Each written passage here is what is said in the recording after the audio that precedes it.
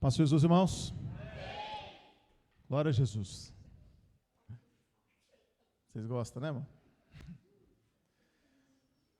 Amém. Glória a Jesus, irmão. Que o Espírito Santo de Deus abençoe poderosamente nossas vidas, nos ajudando, nos fortalecendo e dando ânimo a cada dia sobre cada um de nós. Amém, irmãos? Em nome de Jesus. Vamos orar, agradecer ao nosso Deus por todas as coisas. Em nome de Jesus. Espírito Santo de Deus e Pai de nosso Senhor e Salvador Jesus Cristo, o único Deus verdadeiro e a vida eterna, em quem temos crido e em quem temos aprendido, nós nos colocamos diante do Senhor. Eu te agradeço por a oportunidade a qual o Senhor me permite de estar, Senhor Jesus, prestando um culto ao Senhor, pois o Senhor é digno de receber toda a honra, toda a glória, domínio, todo louvor. Porque o que o Senhor fez por nós, Senhor Jesus, ninguém jamais poderá fazer. E ninguém jamais chegou perto, Senhor Jesus, de ter feito o que o Senhor fez por nós. Ajuda então nossos corações a serem gratos a Ti por todas as coisas. Nós te agradecemos e te louvamos, Senhor Jesus. Abre as portas da Sua palavra sobre nossas vidas, sobre nossos corações, e nos ajuda pelo Teu Espírito Santo a compreender, Senhor Jesus, a Sua boa e perfeita vontade sobre cada um de nós. Nos dá um coração quebrantado e contrito, Senhor Jesus, para que possamos receber a palavra do Senhor Jesus em nossos corações, que possamos receber o Seu Evangelho dentro de nós, a qual, quando enxertado em nossa alma, pode nos salvar. Ajuda-nos então, Senhor, a estarmos atentos, livra-nos, Senhor Jesus, todos os conselhos das trevas, toda opressão, Senhor, dos demônios, e nos ajuda pelo Teu Espírito, Senhor, a cada dia, em nome de Jesus. Amém, irmãos? Amém. Graças a Deus. Os irmãos, é a primeira vez? Estão vendo aqui? Seja bem-vindo, irmãos, em nome de Jesus. Os irmãos olham para trás, né? Curioso, né? Os irmãos chegaram, graças a Deus, né? Chegaram bem. Deus abençoe os irmãos, em nome de Jesus. Guardando, né? Graças a Deus. Amém, irmãos? Vamos abrir em João capítulo 10. Tem que voltar, né, irmão? Pagar os boletos. Não é agora, né? Se viram. João capítulo 10, irmãos.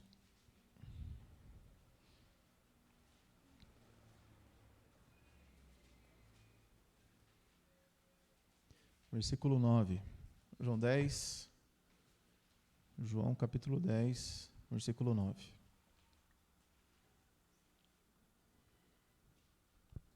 Todos acharam? Vamos ler todos juntos, irmãos. Como é que diz aí? Eu sou a porta. Se alguém entrar por mim, salvar-se-á, e entrará, e sairá, e achará pastagem. E achará pastagem. Versículo 11, como é que diz? Eu sou o bom pastor da sua vida. Quem é esse bom pastor aqui? É Jesus. Amém, irmãos? Não confunda esse bom pastor com qualquer outro pastor. Amém? Quando fala do bom pastor aqui, João 10, não está falando de ser humano não, de homem, né? Está falando de Jesus. Amém, irmãos? É de Jesus. O versículo 9 é muito claro, né, irmãos? Quando Jesus ele diz isso. Eu sou a porta. Se alguém entrar por mim, salvar-se-á. Entrará, sairá e achará pastagens. Bem, o que Jesus fala é muito claro, né, irmãos? Ele fala que ele é a porta, e a porta serve para quê? Para entrar e para sair, né? É óbvio. E Jesus ele está dizendo, olha, eu sou essa porta. É uma porta para quê? É uma porta para a salvação. As pessoas entram por Jesus para serem salvas. Ninguém é salvo, como nós louvamos aqui agora, né? Que toda obra é pela graça. Toda obra é pela graça de Deus. Não é nenhum mérito humano, né, para que o homem seja salvo. O homem é salvo por causa da graça.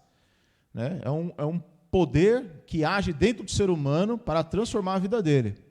Então, como eu sempre oro, irmãos, não é uma obra humana. Eu não tenho capacidade de transformar ninguém. Ninguém. Nem eu, nem você. Nós não temos capacidade de transformar, eu não tenho capacidade de transformar ninguém, mas nem o meu filho que está ali, nem minha esposa, eu não tenho capacidade nenhuma de transformar ninguém. Porque essa é uma obra exclusiva de Jesus. É a graça redentora enviada do céu para o ser humano. Então, quando Jesus fala, olha, eu sou a porta, quem entrar por mim salvar-se-á, ele está dizendo que a porta que ele abriu é uma porta de salvação. Salvação do quê? Salvação de todo o pecado que nós estávamos atolados, de toda a natureza humana que o homem tem luta, mesmo depois da sua conversão. Então, Jesus é a grande porta que se abriu. Se abriu. Então, veja, vamos ler de novo, versículo 9, irmãos. Eu sou a porta, se alguém entrar. Então, é uma decisão pessoal. É uma decisão pessoal de cada pessoa. Para entrar por essa porta, eu não posso, irmão, pegar e arrastar a minha esposa para entrar comigo por essa porta. Eu não posso arrastar o meu filho para poder entrar por essa porta. Eu posso apontar e mostrar para as pessoas que eu amo o que tem depois dessa porta. Eu posso mostrar para as pessoas que eu amo o que é que está do outro lado dessa porta. Porque existem muitas portas, não existe? Muitas portas. Hoje mesmo é um dia que se comemora no Brasil o dia da Aparecida, né? Que as pessoas decretaram como a santa do país, né? Mas essa romaria que existe, né, que as pessoas vão a pé até a Basílica da Aparecida do Norte, parece que é muita gente, né, irmãos? Mas a maior movimentação de pessoas para a idolatria não é nem essa. É lá no Belém do Pará. A irmã deve... Você já foi, irmã? Isso? Já foi? No Belém do Pará? É o Círio de Nazaré, né? Ali é milhões e milhões de pessoas, mas é muito maior do que o que existe aqui em São Paulo. Então, são milhões e milhões de pessoas entrando por uma porta que não vai trazer salvação para elas. É uma porta que se abriu e que as pessoas elas vão sendo guiadas por essa porta que vai conduzir para a perdição. Então, quando Jesus ele fala, ele diz assim, ó, eu sou a porta. Então, não tem outra porta, né? Eu sou a porta. Então, ele está dizendo que não existe outra. Eu só posso entrar por Jesus. Então, eu não posso entrar pela Aparecida, eu não posso entrar pelo Círio de Nazaré, eu não posso entrar por nenhum outro Deus, por nenhuma outra religião, nem pelo catolicismo, nem pelos muçulmanos, por nada. Eu não posso entrar para a salvação por nada, por nenhuma outra porta. Só uma porta leva para o céu, só uma porta conduz à salvação, e essa porta tem nome, que é Jesus. Jesus Cristo é a única porta, o único caminho que conduz para a salvação. E conduz para a salvação. Então, irmãos, essa decisão de entrar por a porta é apenas sua, minha, é pessoal. Às vezes, numa casa, uma pessoa passa por essa porta, não é? E tem outras pessoas que não passam por essa porta. Por quê? Porque é uma decisão pessoal, uma decisão sua. Eu tomo essa decisão de entrar por essa porta, que é Jesus, que é a salvação. E quando você entra por essa porta, irmãos, você, a partir desse momento que você entra por ela, é o início da sua fé. Então Jesus ele começa a trabalhar na nossa vida. Por isso que a palavra diz que ele é o princípio, né? O princípio da nossa fé é Jesus, que é o autor. O autor é consumador da fé.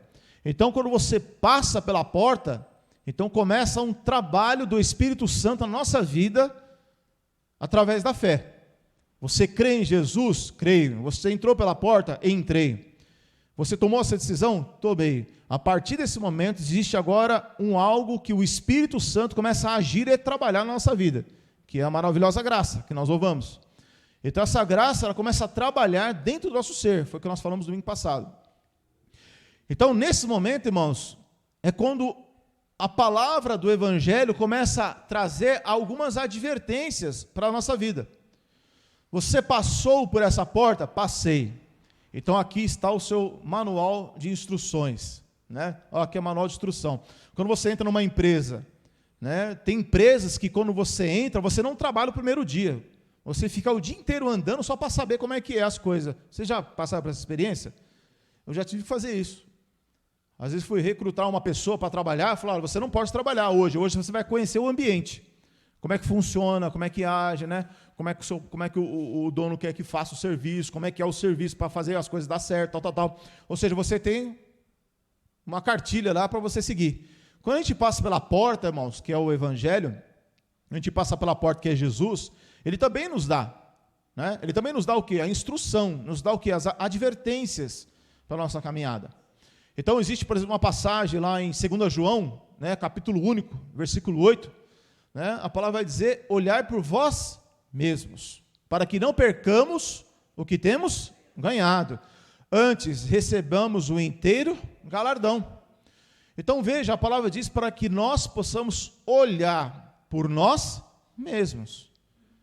Então, a partir do momento em que nós cremos na pessoa salvadora de Jesus Cristo, a partir do momento que passamos por essa porta, que é Cristo, nos é dado o quê? Uma salvação.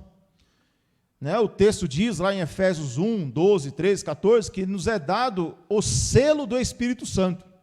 Um selo. O que é esse selo? É a garantia. A garantia que nós recebemos no dia que cremos em Jesus, que passamos pela porta, Jesus ele cumpriu uma promessa quando você passa pela porta, que é o Espírito Santo de Deus. Quem é que recebe o Espírito Santo de Deus? Quem passa pela porta. Quem é que passa pela porta? É um santo que passa pela porta? Não, é um pecador que passa pela porta.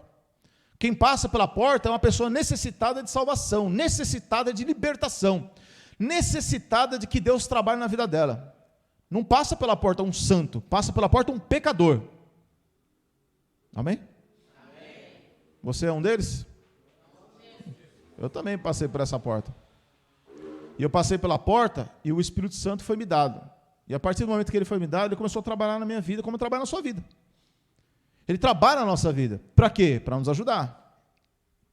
Para quê? Para você perseverar. Para quê? Para você não perder o selo que foi te dado. Hoje em dia o pessoal não usa... Alguém aqui envia... Faz quanto tempo que vocês não enviam carta? Carta de... Vocês lembram como se envia ainda? Não envia mais carta, né? Parou isso aí. Acho que só minha mãe envia carta até hoje. Minha mãe envia carta. Ela odeia a internet, ela detesta. Né? Então, irmãos, se você pegar uma carta e colocar no correio sem selo, ela vai chegar aonde? Você pode pegar o melhor papel do mundo. Você pode pegar a melhor tinta. Escrever com tinta de ouro. Aonde que vai chegar essa carta? Não lugar. Pode colocar um cheque de R$1 milhão. Vai chegar para a pessoa? Não vai. Por quê? Não tem selo. Não tem selo. Então, se nós perdemos o selo, que é o Espírito, que é a garantia, não adianta nada. A gente pode parecer uma bela viola por fora, mas por dentro não funciona. Então, o Espírito Santo é aquele que toma posse da nossa vida quando passamos pela porta. A partir do momento que passamos pela porta, nós temos que aprender a cuidar da nossa própria salvação, a cuidar daquilo que Deus nos deu. O que é que Deus nos deu? A salvação. Deus nos dá uma salvação e Ele nos dá um período longo para que essa obra aconteça na nossa vida, irmãos.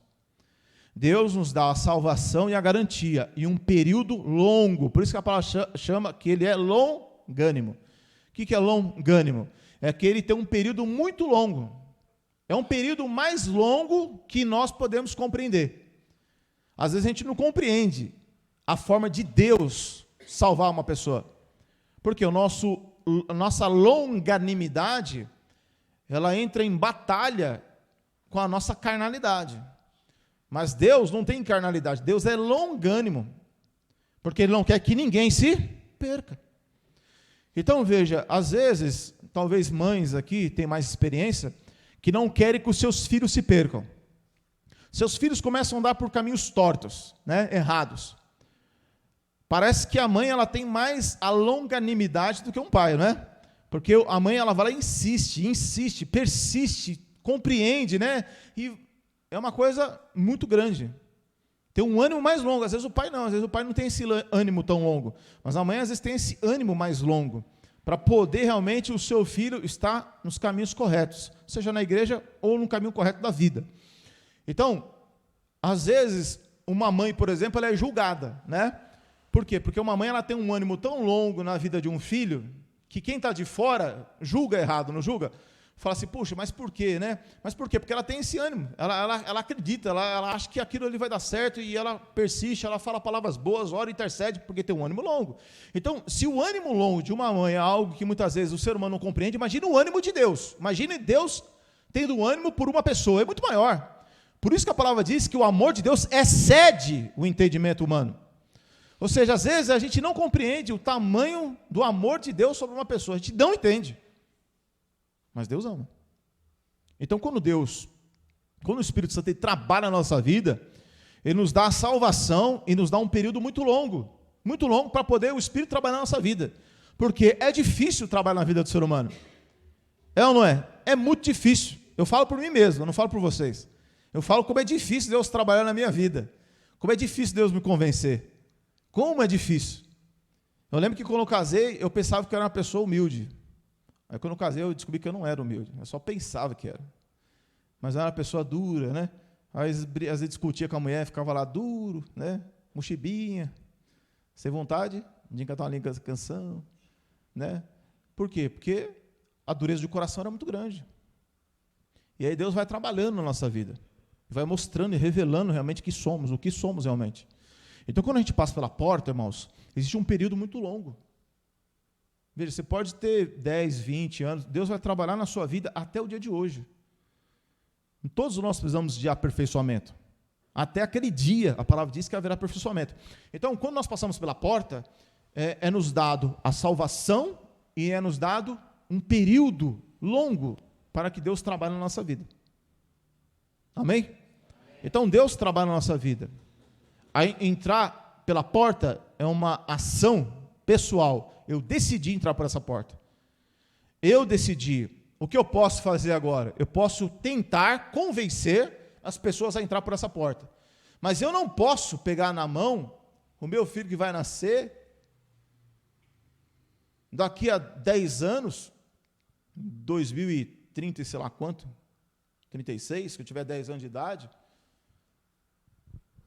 a gente vai trabalhando nesses 10 anos, convencendo ele que aquela porta ali é o melhor caminho, que é a salvação. A gente vai trabalhar, a única coisa que eu posso fazer é mostrar. Está aqui, filho, ó, essa é a porta, esse é o melhor lugar. Olha, o seu pai aqui com 17, 16 anos já começou a querer Jesus, eu troquei a minha juventude por isso aqui, por Jesus. E você vai mostrando. Agora, como é que ele entra? Aí é uma obra pessoal. É o melhor, é uma obra que o Espírito Santo tem que fazer na vida e no coração, para poder o quê? A pessoa poder entrar. Por isso que a palavra diz em Romanos 14. Então, irmão, a salvação, né, é uma decisão pessoal, como diz para os irmãos. Ninguém pode responder por mim. A sua salvação, irmão, quem é que responde pela sua salvação? Aí vocês respondem, eu mesmo, tá? Vamos lá. Quem responde pela sua salvação, irmãos? Você mesmo, não é nós.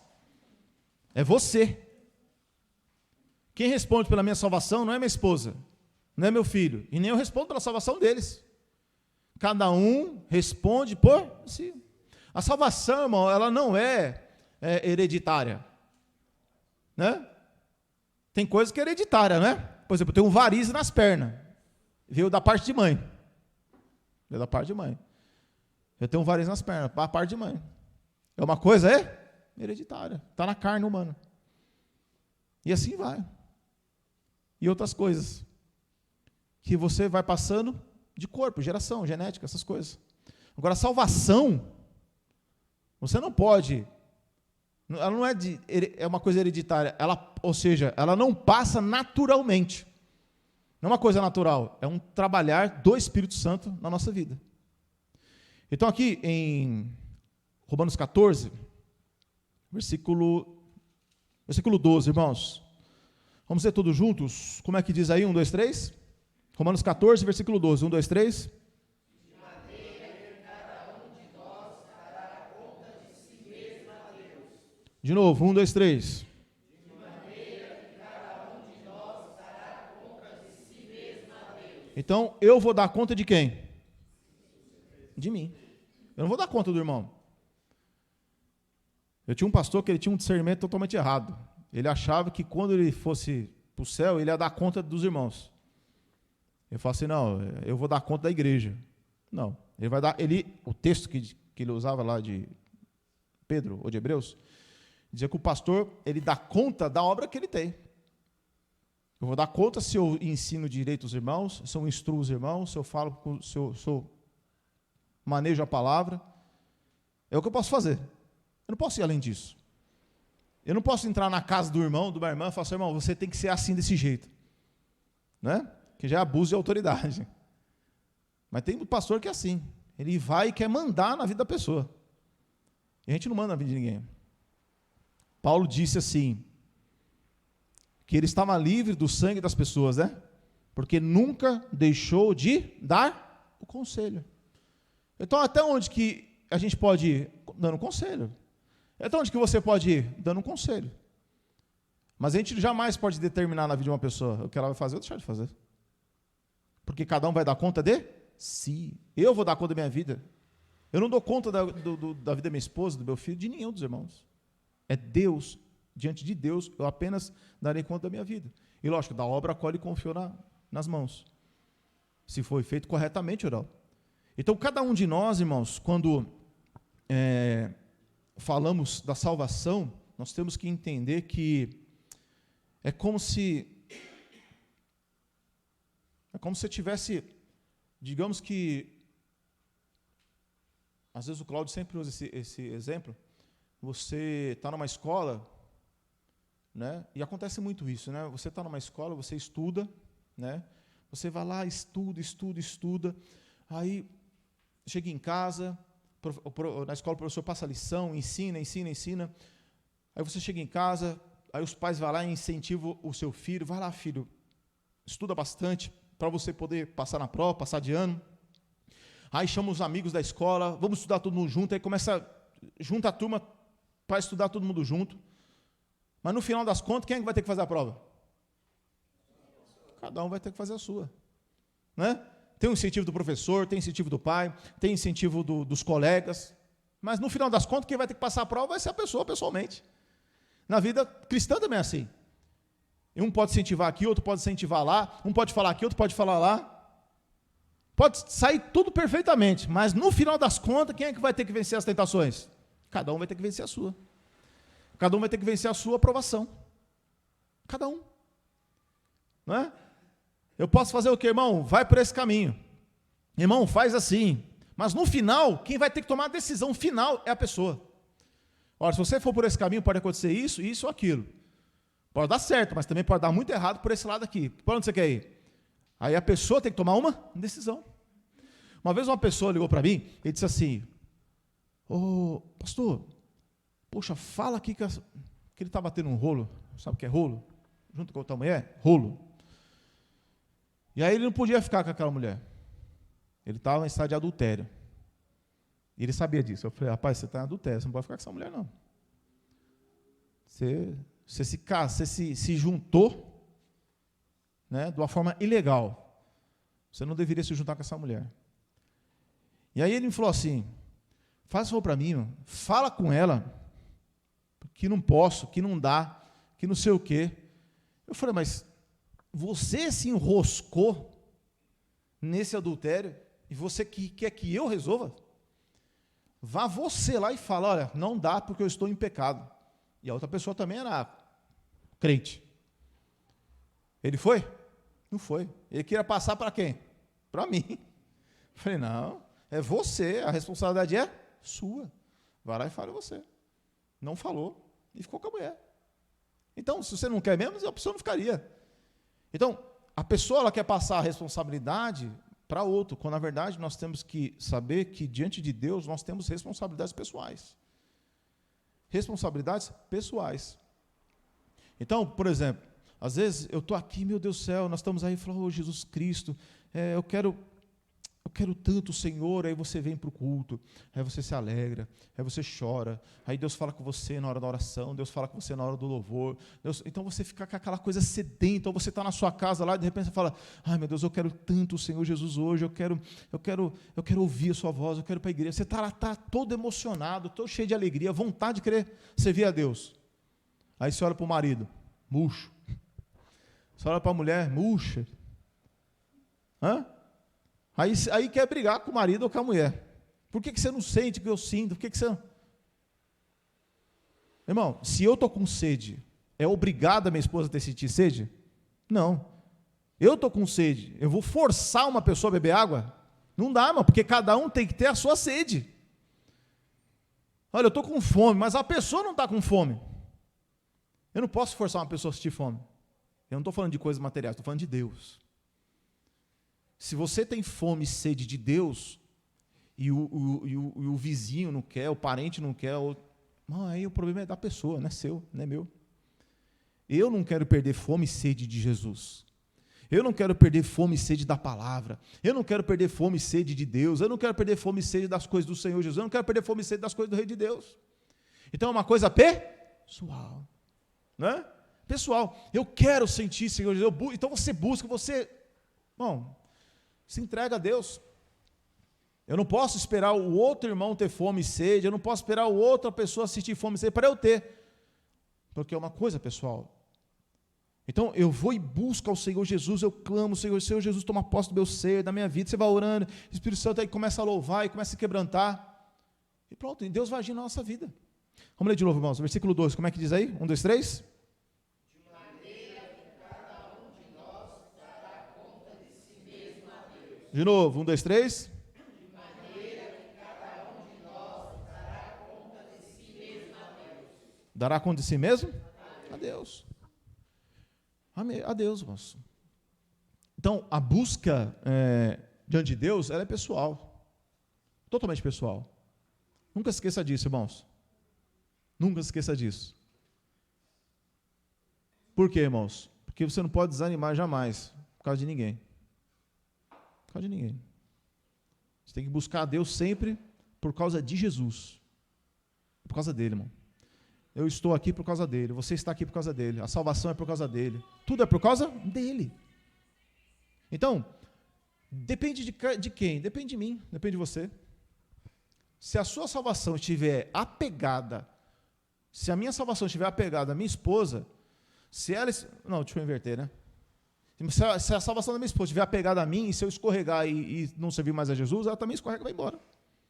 Porque eu estou preso a ela, ela está presa a mim. Marido e mulher, sim, estão interligados, mas a salvação, não. A salvação que pertence a Deus não vai depender da minha firmeza ou da firmeza dela. Eu sigo em frente. Lógico que o ministério de pastor já é outra coisa, né? É um ministério. Mas de salvação, não. A salvação é totalmente dependente. A salvação, não estou falando de ministério, estou falando de salvação. A salvação é independente disso. Então, irmãos, quando você começa a pensar assim, então você começa a ter uma outra visão acerca do reino de Deus e acerca do caminhar com Cristo. Veja, irmãos, teve um tempo atrás que eu estava vendo uma coisa no celular, não sei se eu estava vendo um vídeo, sei lá o que eu estava vendo. Eu estava com muito sono, então não dá certo. Se eu deitar com o celular na mão, eu vou dormir, vai cair na minha cara, não vai dar certo. Aí eu estava lá vendo, e a bateria estava bem fraquinha. E a tomada estava do lado da minha cama, e o carregador também estava lá. E eu dormi, e o celular dormiu ligado, sei lá o que aconteceu, só sei que eu acordei de manhã e estava como o meu celular? Sem bateria. Mas tinha energia? Tinha. Tinha um cabo lá, o carregador? Tinha. Mas não carregou por culpa de quem? Minha. Culpa minha. Então, irmãos, existe energia, existe o cabo para carregar. A gente só não carrega se a gente não quiser. Vocês estão entendendo, irmão? Depende de quem? Depende de quem, irmãos? De nós mesmos. De nós, né? Você tem que falar, né? Depende de nós. O que eu posso fazer é incentivar, mostrar, apontar, vai aqui, vai acolá. Pronto, está aqui o cabo. Ó, eu vou instalar uma energia para você aqui, eu vou colocar aqui do lado da sua cama. Qual que é a sua dificuldade? A minha dificuldade é de sair da cama, então vamos instalar aqui uma tomada do lado da sua cama, está aqui um cabo novinho, zerado, é só você conectar. Tá bom? Tá bom. Ah, mas o que aconteceu? Ah, não sei, me deu um negócio, eu não consegui conectar. Isso acontece. Então, o Senhor Jesus é aquele que nos dá muitas oportunidades. Ele nos dá a salvação, Ele nos dá um período longo, para a gente poder ir se acertando. Muito longo. Por isso que a palavra fala que a perseverança é uma das principais virtudes para nós. A perseverança é uma das principais virtudes. Porque é através da perseverança que a gente consegue as coisas diante de Deus. É perseverando, é continuando. Então, aqui em Mateus, capítulo 13.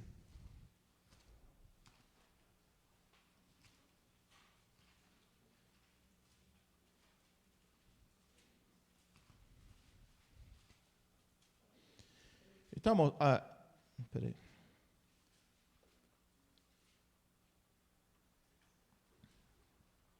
O que eu quero dizer é o seguinte, irmão, a gente tem que, por esse texto aqui a gente vai entender. Mateus 13. Versículo 10, 11 e 12. Mateus 13, versículo 10, 11. 10, 11 e 12. Todos acharam? Como é que diz, irmãos? Vamos ler todos juntos? E acercando-se dele...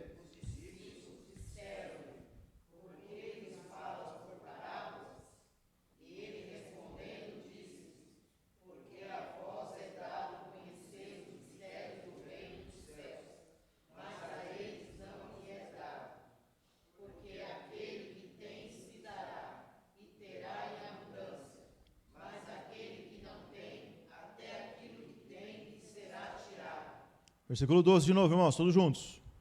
Porque aquele que tem, mas aquele que não tem, até aquilo que tem será tirado. Jesus está falando do quê, irmão? De entrega. Então vamos lá, no começo da pregação. Passamos pela porta, entramos pela porta. Foi nos dado a garantia. Você está salvo. Justificados pela fé. Temos paz com Deus, por nosso Senhor Jesus Cristo. Amém. Estou salvo. Nenhuma condenação há para os que estão em Cristo Jesus. Amém. Passou pela porta, iniciou o princípio da fé. Mas, nesse princípio da fé, existe um ânimo de Deus muito longo para trabalhar na nossa vida. E Ele trabalha. Deus vai trabalhando na nossa vida. Trabalhando. Mas os exemplos que eu fui dando para os irmãos, tudo depende de cada um de nós. Depende de cada um de nós para que isso aconteça, o fluir do Espírito na nossa vida. Então, os discípulos chegaram e perguntaram para Jesus: Senhor, por que fala por parábolas aos que estão na multidão? Aí Jesus falou: a eles não é dado a oportunidade de conhecer os mistérios do reino de Deus, mas a vocês é dado. Por quê? Por que os mistérios do reino de Deus é dado para os discípulos? Porque os discípulos é aqueles que escolheram estar com Jesus. Então eles têm uma vantagem, além da multidão. Qual é a vantagem? Eles escolheram passar pela porta e agora caminhar com Jesus, que é o que os irmãos fizeram. Vocês escolheram o quê? Vocês escolheram crer em Jesus, passar pelo batismo nas águas, participar agora do corpo de Cristo, da comunhão do corpo de Cristo. Vocês escolheram pessoalmente cada uma dessas coisas. O que eu pude fazer para os irmãos, o que os irmãos puderam fazer uns com os outros, é conversar, é falar: olha, irmão, faz isso, faz aquilo outro, vai por esse caminho, é assim, né? É uma coisa que pode fazer. Eu lembro que quando nós mudamos para cá, para a igreja, aí estava o irmão Rony trabalhando aqui, né? Carregando madeira e ajudando aqui, o irmão Gugu aqui, não sei o que, tal, montando a piscina. Aí eu cheguei para o irmão e falei: você nem sabe que ele vai ser o primeiro a ser batizado nessa piscina aí. Mas Deus vai fazer uma obra, vai convencer ele, vai se batizar. E foi o primeiro mesmo, né? Ele e o Elias. Então, irmãos, mas o que eu pude fazer? Eu obriguei ele. Eu peguei uma arma, pus no seu pescoço, né? Eu falei: não. Mas Deus vai trabalhando na vida e no coração das pessoas. Então, aconteceu o quê? Você passa a deixar de ser multidão e passa a ser discípulo. E cada discípulo tem a sua diferença. Uns têm mais fé, outros têm mais fé, uns têm mais dificuldade. Tem um monte de discípulo, é uma variedade de gente, variedade de pessoas, variedade de luta e tribulação, várias variedades. Mas você se tornou discípulo, então você tem a chance de se aproximar de Jesus, mais do que a multidão. Então, no corpo de Cristo, você tem a chance de conhecer os mistérios do reino de Deus. Mas Jesus também dá um recado para os seus discípulos. Qual que é o recado? De novo, versículo 12, irmãos, todos juntos, 1, 2, 3. Porque aquele que... Quem é que tinha ali? A multidão tinha? A multidão tinha? Vamos lá, ler de novo, irmãos. Versículo 10. Acercando-se dele, os discípulos disseram: por que ele fala por parábolas? Por que ele fala por parábolas? O que significa isso? Jesus só falava por parábolas, né? 11. Ele, Jesus, respondendo, disse: porque a vós quem? Os discípulos, é dado conhecer os mistérios do reino dos céus, mas a eles quem? A multidão, não lhes é dado. Então, Jesus está dizendo, olha, para vocês foram dados o quê? Foram dados os mistérios do reino de Deus, para eles não. Mas para vocês que foram dados os mistérios do reino de Deus, preste atenção, porque a partir de agora, vocês não são os queridinhos. Eles são a multidão, eu sou discípulo, eu sou melhor do que eles. Vocês são, de uma certa forma, por causa de Jesus. Porém, existe um aviso de Jesus aqui. Qual é o aviso dele? Versículo 12. Porque aquele que tem, quem é que tem? Os discípulos. Aquele que tem são os discípulos. Aquele que tem vai ter que fazer o quê, irmãos? Se dará. E aí acontece o quê quando ele se dá? Terá em abundância. Então é uma troca, é uma relação que Jesus está falando aqui. A partir de agora que vocês são meus discípulos, vocês têm que ter um relacionamento comigo, Jesus está falando.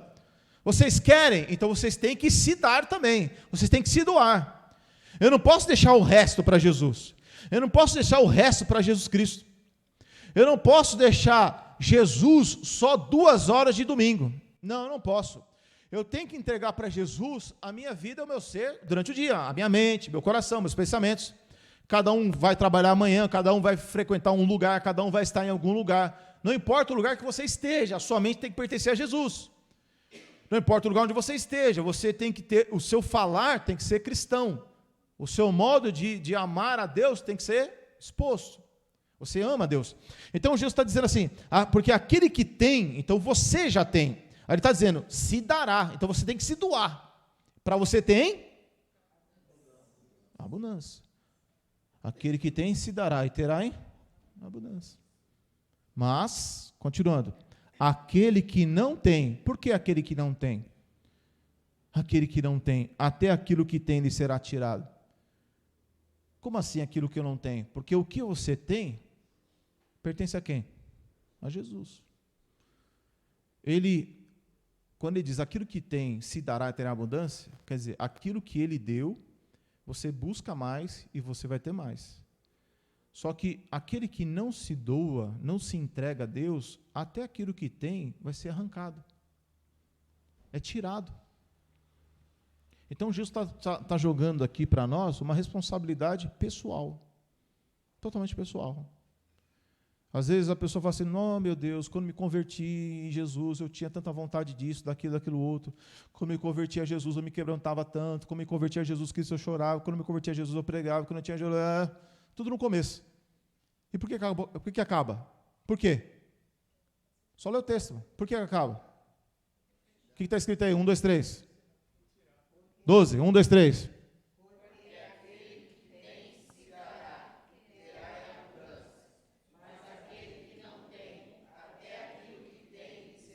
Então, isso é uma realidade que Jesus está falando. Se eu parar de me doar e de me entregar, é certeza que aquilo vai só, do mesmo jeito que sobe, do mesmo jeito vai descendo. Não existe mágica no reino de Deus, existe entrega. Se eu parar de ler a Bíblia, se eu parar de ler o Novo Testamento, eu posso ter lido 1000 vezes esse texto, eu tenho que continuar lendo ele. No dia que eu parar de ler, eu me esqueço. Aí eu fico, onde é que está aquele texto? Esqueci. Esqueceu por quê? Porque não lê. Puxa, eu orava tanto, agora não ora. Por que não ora? Porque foi deixando de orar. A matemática é simples de Jesus. Então, é uma prática que nós temos que colocar sempre diante dele. Esse relógio está certo? Está não, né? Está, né? Está certo. Que horas que é aí? Tá bom. Então, veja só, irmãos, eu quero mostrar para os irmãos uma passagem lá em Apocalipse 2. Apocalipse, meu último livro, né?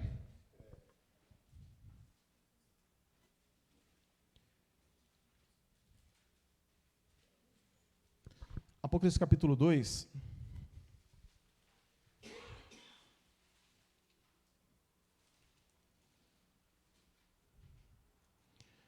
Irmãos, tem uma passagem, a gente não vai ler lá, tá? Mas tem uma passagem lá em... Se der, talvez a gente leia. Mas lá em Mateus 25, existe a parábola dos talentos. Você se lembra da parábola dos talentos? Mateus 25? A palavra diz lá que o dono lá vai fazer uma viagem, que é Jesus, que vai para o Pai. Ele entrega talentos para uns ele dá 2, para outro dá 5, para outro dá 10. Aí a palavra vai dizer que aqueles que se aplicaram, ou seja, aquele que tem, se dará, e terá em abundância. Então, dos que foram entregues os talentos, os que se aplicaram, a palavra diz que eles multiplicaram, ou seja, aquele que tem se dará e terá em abundância. Mas aquele que é, no caso, o que tinha agido com desprezo, com negligência, ele enterrou o seu talento. Aí a palavra diz que Jesus aparece para ele, toma dele aquilo que foi dado para ele, porque aquele que tem, se dará e terá em abundância. Mas aquele que não tem, até aquilo que tem, ele será tirado. A palavra diz que Jesus tira dele e passa para o outro. Tira daquela pessoa que é negligente e passa para outra pessoa. Fala assim, olha, esquece, me dá aqui, você foi negligente, você foi isso, amarra ele e lança ele nas trevas exteriores, para que seja queimado. Mas ele teve toda a vida para tomar uma decisão. Está lá na parábola, Mateus 25, parábola dos talentos. Jesus dá as coisas para nós. Como nós falamos no início, ele, na porta, ele nos dá o Espírito Santo. E o Espírito Santo é carregado de dons. O Espírito Santo é carregado de fortaleza. É o Espírito Santo que trabalha dentro de nós. É o Espírito Santo que nos limpa. É o Espírito Santo que nos convence. Tudo é o Espírito Santo. Então, quando nos é dado o Espírito Santo quer multiplicar em nós o quê? Tantas coisas. Se eu era irado, ele quer multiplicar agora na minha vida o quê? A ira? Não, ele quer multiplicar o quê? A mansidão. Se eu era uma pessoa impaciente, então ele quer multiplicar o quê? A paciência, a longanimidade. É o fruto do Espírito. Se eu era uma pessoa incrédula, agora ele quer gerar o quê? Fé no meu coração. Então é o trabalhar. Então, quando o Espírito ele trabalha na minha vida, ele está multiplicando o que em mim? Está multiplicando aquilo que Deus me deu.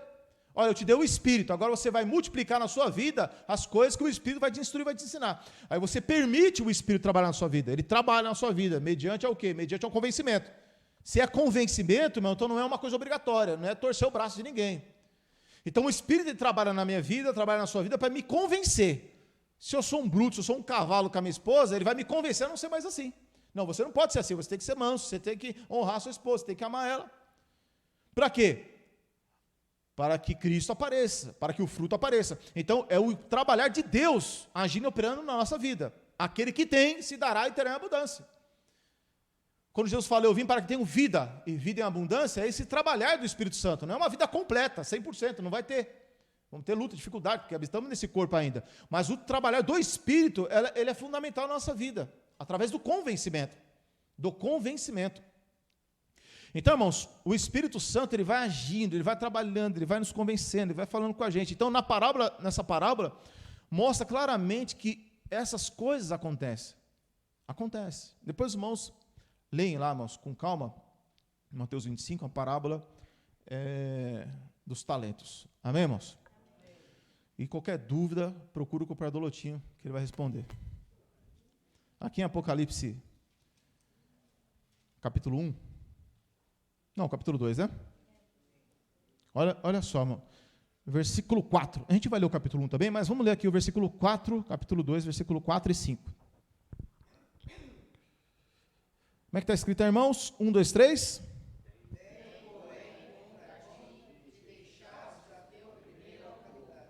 Espera aí, irmão. Tá todo mundo achou o texto? Apocalipse 2, versículo 4. Todos acharam? Então vamos ler, irmão, em nome de Jesus? Vamos lá, 1, 2, 3.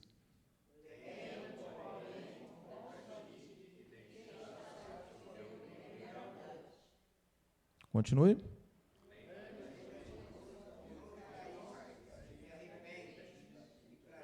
As primeiras obras, quando não, brevemente.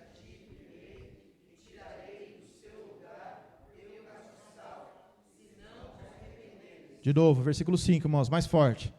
Lembra-te, pois, de onde caístes, e arrepende-te, e pratica as primeiras.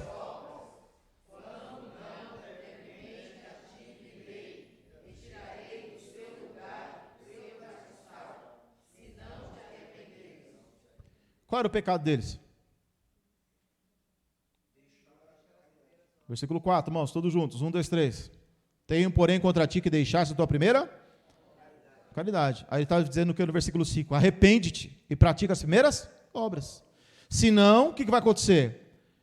Senão, a ti virei e tirarei do seu lugar o teu castiçal. Senão? Então, Jesus fala que ele vai tirar o que? O castiçal. O que é o castiçal? O castiçal é o candelabro, né? Aqui no capítulo 1, olha como isso aqui é sério, irmãos. Capítulo 1, versículo 10. Aqui o apóstolo João diz assim, ó: eu fui arrebatado em espírito no dia do Senhor, que é o domingo, e ouvi de trás de mim uma grande voz como de trombeta, e dizia: o que vês? Escreve-o no livro, e envia-o às 7 igrejas que estão na Ásia, a Éfeso, a Esmirna, e a Pérgamo, e a Tiatira, e a Sardes, e a Filadélfia, e a Laodiceia. E virei-me para ver quem falava comigo, e virando-me, vi 7 castiçais de ouro, e no meio dos 7 castiçais, um semelhante ao Filho do Homem, vestido até aos pés de uma veste comprida, e cingido pelo peito com um cinto de ouro, e a sua cabeça e cabelos eram brancos como a lã branca, como a neve, e os olhos como chama de fogo, e os seus pés semelhantes ao latão reluzente, como se estivesse sido refinado numa fornalha, e a sua voz como a voz de muitas águas. Enfim, até aqui deu para saber quem que é, né, irmãos? Que é Jesus. Mas que eu queria que os irmãos prestassem atenção é no versículo 13. E no meio dos 7, ele estava onde? No meio de 7 castiçais. Então, Jesus estava no meio dos 7 castiçais. Castiçal é o que, irmão? Castiçal são lâmpadas. Nós acabamos de ler no capítulo 2, versículo 5, capítulo 2, versículo 5, lá no finalzinho nós lemos o quê? Se não se arrependerem, quando não, 2,5, né, irmãos? Quando não, brevemente a ti virei e tirarei o seu lugar, o teu castiçal, se não te arrependeres. O que ele está querendo dizer com isso? No capítulo 1 agora, versículo 20. Capítulo 1, versículo 20. Nós lemos no versículo 12 e 13 que Jesus, no versículo 12 e 13, nós lemos que Jesus anda no meio de castiçais. No versículo 20, irmãos, vamos ler todos juntos, bem forte para sair todo o sono. Amém, irmãos? 1, 2, 3. O mistério das 7 estrelas.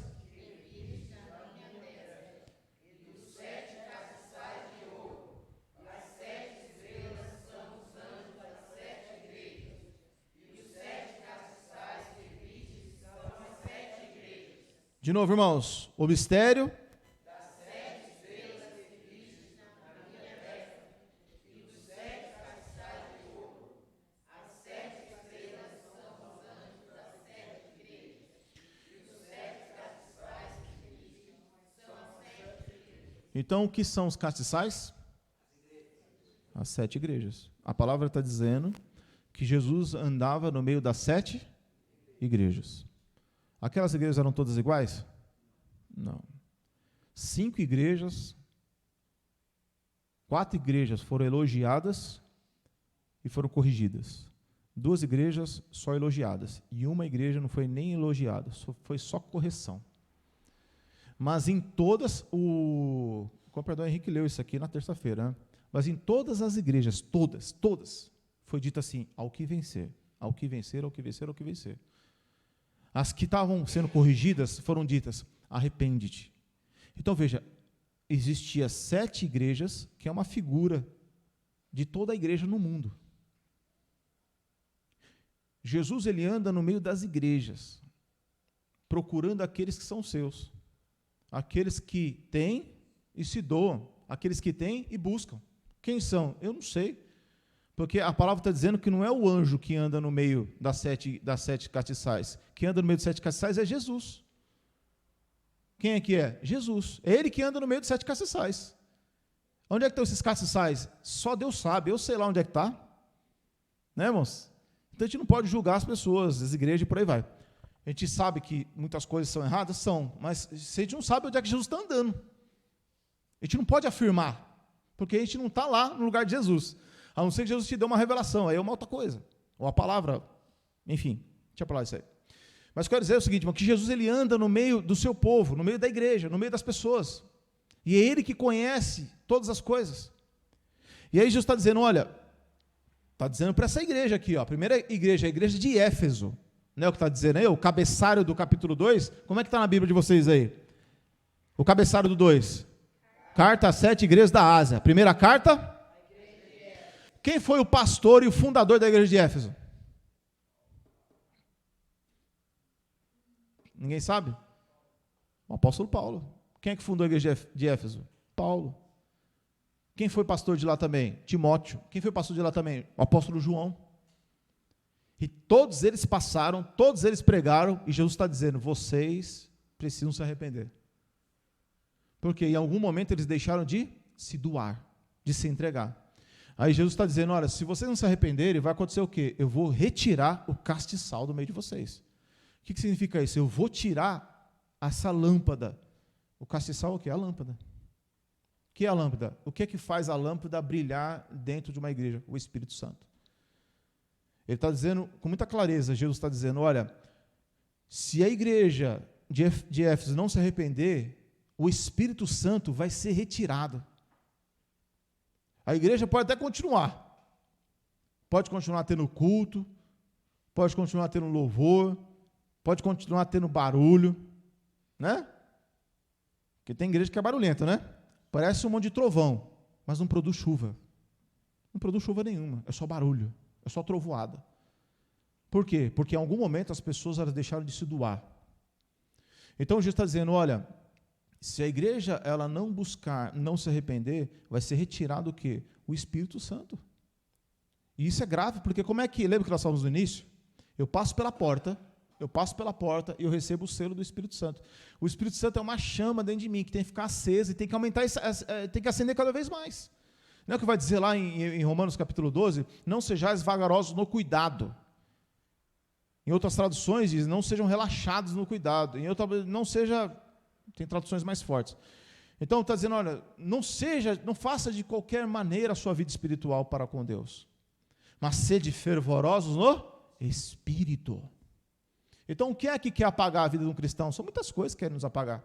Luta, tribulação, tristeza, angústia, deserto, pensamentos, sentimentos, vontades, boleto, por aí vai. São muita coisa que quer diminuir a chama do nosso coração. Não é? Jesus falou assim, e por se multiplicará o amor de muitos? Esfriará na vida de quem? Hã? Esfria na vida daqueles que não se doam, daqueles que multiplicam a iniquidade, mas também pode se esfriar na vida daqueles que observam a iniquidade dos outros. Porque a iniquidade tem em todo lugar. E se eu observar a iniquidade dos outros, eu também me esfrio. Então, por se multiplicar a iniquidade, o amor pode se esfriar. O amor pode se esfriar. Então, Jesus, irmãos, Ele é aquele que nos orienta de como devemos buscar a Deus. Essa igreja estava correndo o risco de perder o Espírito Santo. Porque quando fala, eu tirarei o castiçal, a lâmpada, o que vai na lâmpada? Óleo. O que vai na lâmpada? O fogo, a luz. E isso é o Espírito Santo. O texto vai dizer, lá em... onde é que faz esse texto? Não estiguais. Tessalonicenses, né? 5. 1 Tessalonicenses, capítulo 5. Então, irmão, aquele que tem se dará e terá em abundância. Então, quais são as coisas que Deus te deu, irmão? Uma delas é o Espírito Santo. Deus te deu o que também, irmãos? Salvação. Né? Lá em 1 Pedro, 1 Tessalonicenses, capítulo 5, irmãos. Vocês vão abrir primeiro.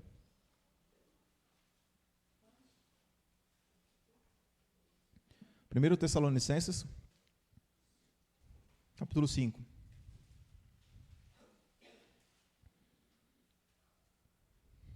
Todos acharam? Então veja só, irmãos.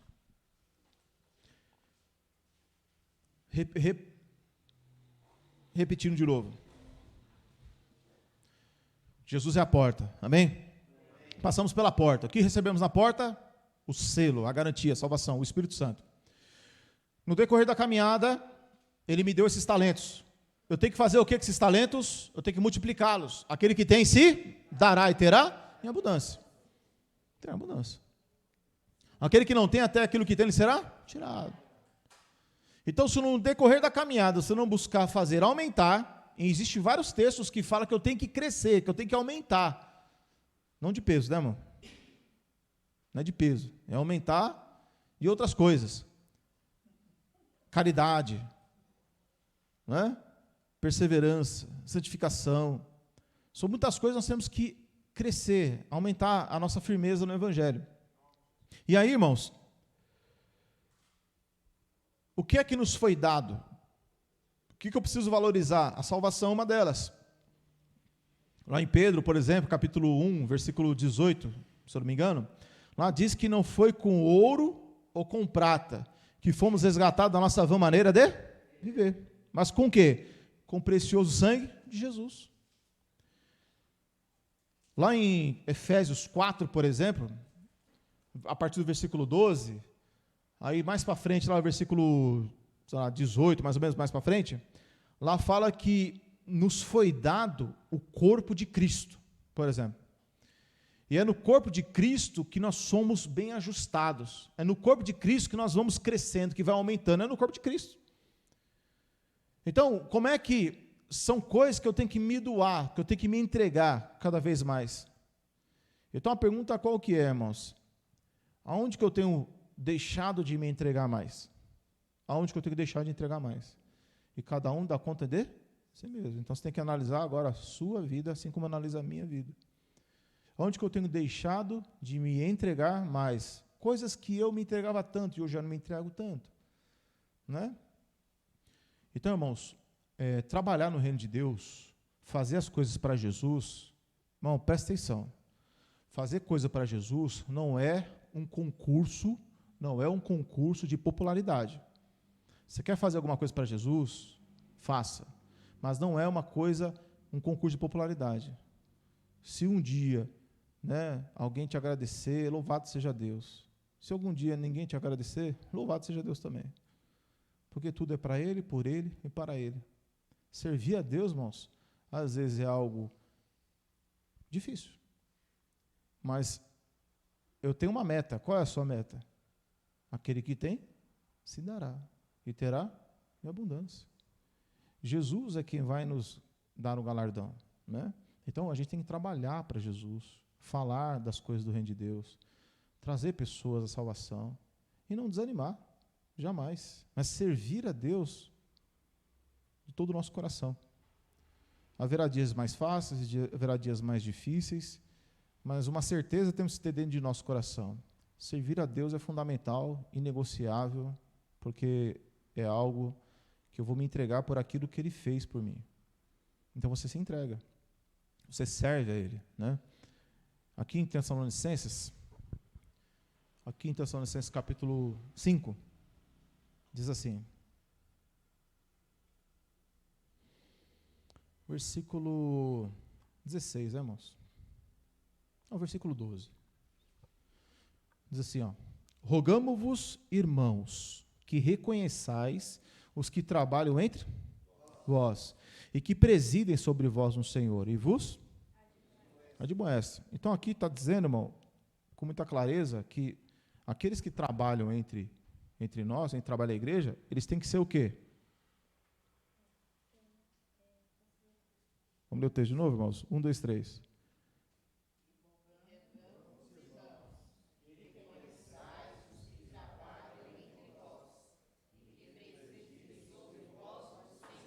Treze.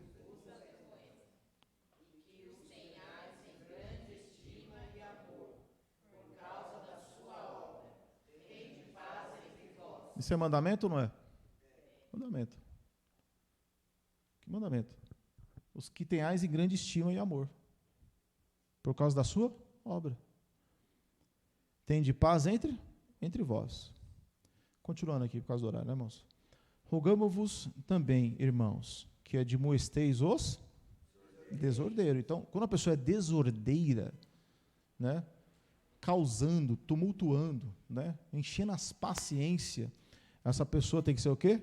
Admoestada. Então, se admoesta a pessoa por qualquer motivo, não, é um desordeiro, né? Um desordeiro.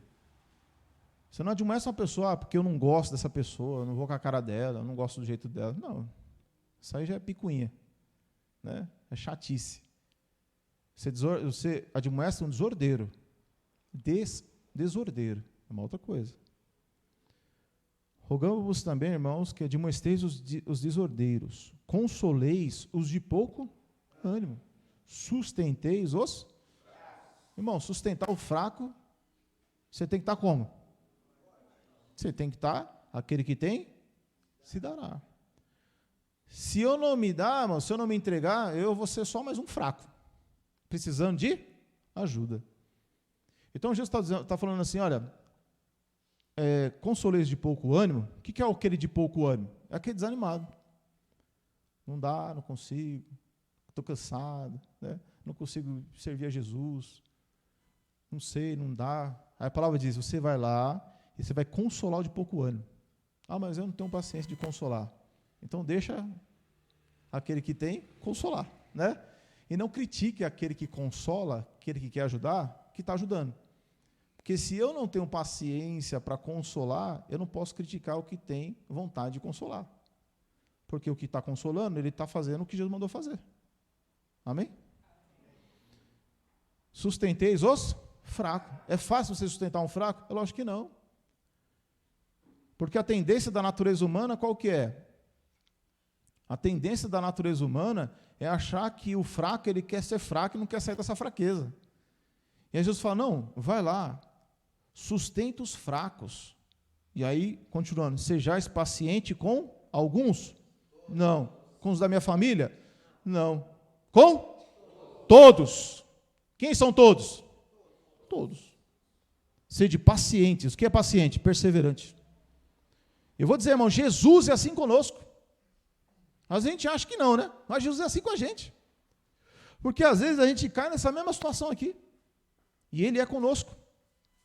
Vede que ninguém dê a outro mal por mal, mas segui sempre o bem, tanto uns para com os outros, como para com todos. Regozijai-vos sempre, orai sem cessar. Amém, irmãos? Amém. Inclusive de terça-feira. Né? Terça-feira é um dia bom, né, para orar. Mas não vou entrar nesse assunto, né, irmão? Hoje. Mas eu vou entrar nesse assunto. Amém, irmãos? Amém. Deixa a igreja estar mais cheia, né? Que aí nós vamos conversar. Vamos lá, irmão. Orai sem cessar. Em tudo dai graça, porque esta é a vontade de Deus em Cristo Jesus para convosco. Então, em tudo você tem que dar o quê, irmão? Dar graça. Para quê? Para que você não haja murmuração na igreja. Aprender a dar graça. Aprender a olhar, ver, Senhor Jesus, te dou graças. Que apesar dos pesares, eu te dou graças, Senhor Jesus. Versículo 19, como é que diz, irmãos? Não extingais o Espírito. De novo, irmãos. Não extingais o Espírito. Não extingais o Espírito. Em outra tradução diz como, irmãos? Não? Não apagueis. Quer dizer que você... Lembra que nós lemos, né, irmãos? Em Efésios 4, não precisa abrir. Efésios 4:30 diz assim: e não entristeçais o Espírito Santo de Deus, no qual estáis selados para o dia da redenção. Não entristeçais o Espírito Santo. O que é não entristecer? É apagar. Então, um cristão ele pode apagar, entristecendo o Espírito Santo, que é o que a igreja lá de Éfeso estava fazendo. Jesus está falando, olha, se vocês não se arrependerem, esse castiçal vai ser tirado, o Espírito vai ser tirado. O Espírito vai ficar a sua casca. O mundo pode ver e achar que é uma coisa boa, mas diante do céu não tem reconhecimento nenhum, não tem legitimidade, não tem um carimbo de Jesus. Então, irmão, o que é melhor? Ser reconhecido no céu ou reconhecido na terra? Ser reconhecido no céu. Ser reconhecido pelos homens não traz salvação, tem que ser reconhecido no céu. Então, Jesus está dizendo, olha, conforme as pessoas se entregam, elas vão ter mais. Conforme elas não se entregam, vão ter menos, a ponto de perder. Eu quero perder o Espírito Santo? Você quer perder o Espírito Santo, irmão? Não, mas depende de quem? De você mesmo, de mim mesmo. Depende de nós, de cada um de nós, cada um fazendo a sua parte. Vamos finalizar aqui, irmãos, por causa do horário, né? Eu falei Efésios aquela hora, vamos para Efésios mesmo. Efésios, só você voltar, você está em Tessalonicenses? Volta um pouquinho, irmão.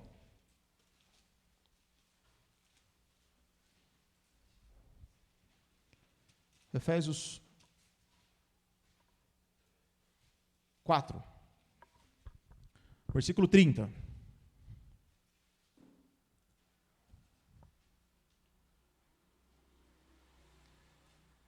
Todos acharam? Vamos lá para a gente terminar. Efésios 4, versículo 30. E não entristeçais o Espírito Santo de Deus, no qual estáis selados para o dia da redenção. Aí ele vai dizendo algumas coisas que entristecem o Espírito Santo. Toda amargura, ira, cólera, gritaria, blasfêmia, toda malícia seja tirada entre. Antes, sede uns para com os outros, benignos, misericordiosos, perdoam uns aos outros, assim como Deus vos perdoou em Cristo. Aí no versículo eu só vou ler o texto, mas eu vou só falar do 15 e 16, mas eu vou ler aqui o versículo 12. Não, o versículo 11. Ele mesmo deu um para apóstolos, outros para profetas, outros para evangelistas, outros para pastores e doutores, querendo o aperfeiçoamento dos santos, para a obra do ministério, para a edificação do corpo de Cristo, até que todos cheguemos à unidade da fé, o conhecimento do Filho de Deus, a varão perfeito, à medida da estatura completa de Cristo, para que não sejamos mais. Então, qual é a luta e o trabalho do Espírito Santo? Para que eu e você não seja mais menino. Porque o que acontece com o menino? Meninos inconstantes, levados em roda por vento de doutrina, pelo engano dos homens, que com astúcia enganam fraudulosamente.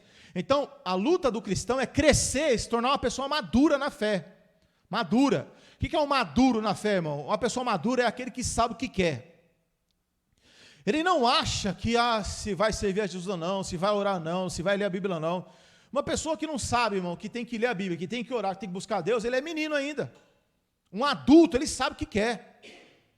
Um adulto, ele sabe que tem que acordar de manhã, tem que ir lá pegar a sua marmita e tem que trabalhar para pagar suas contas.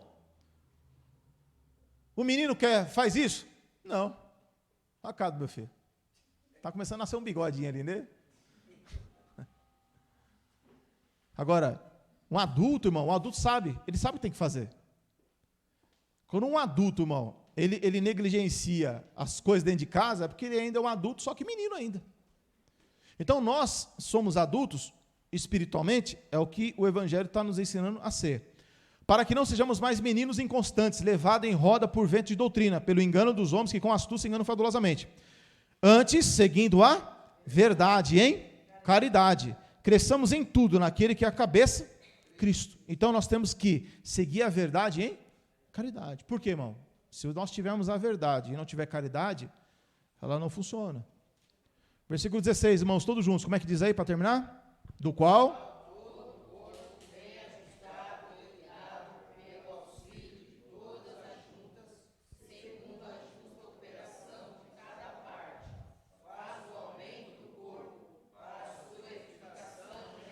Então Jesus quer nos fazer o quê? Uma edificação em amor.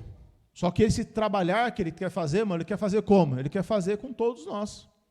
Esse crescimento, irmão, não existe crescimento sozinho. Ninguém cresce sozinho, irmãos. Ninguém. Nós só podemos crescer juntos, como igreja, né? Ou seja, com irmãos. Então aqui está dizendo que ele vai ajudar o quê? Vai ajudar o corpo. Ninguém cresce sozinho, irmão. A gente precisa da comunhão de uns para com os outros. E para isso nós temos que se doar cada vez mais, né, irmão? Quando nós lemos lá em Mateus. Vamos orar, mas agradecer ao nosso Senhor Jesus Cristo.